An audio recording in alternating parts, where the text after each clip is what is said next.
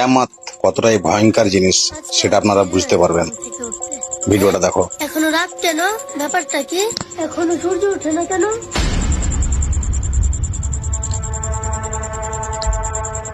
বাবা বাবা, কে কে কে কি হয়েছে মা? ও সকাল 10টা বেজে গেছে, এখনো সূর্য ওঠেনি।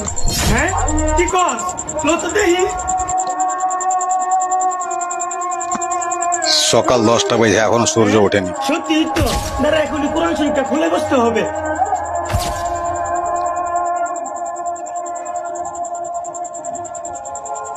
বিশ্বাস করেন কিয়ামতের আগে একদিন এক রাতের মধ্যে এই কোরআনের সব পাতাগুলো আল্লাহ তুলে নেবেন আসমানে। হাদিস এসেছে কোরআনের শুধু পৃষ্ঠাগুলো থাকবে, কালি থাকবে না।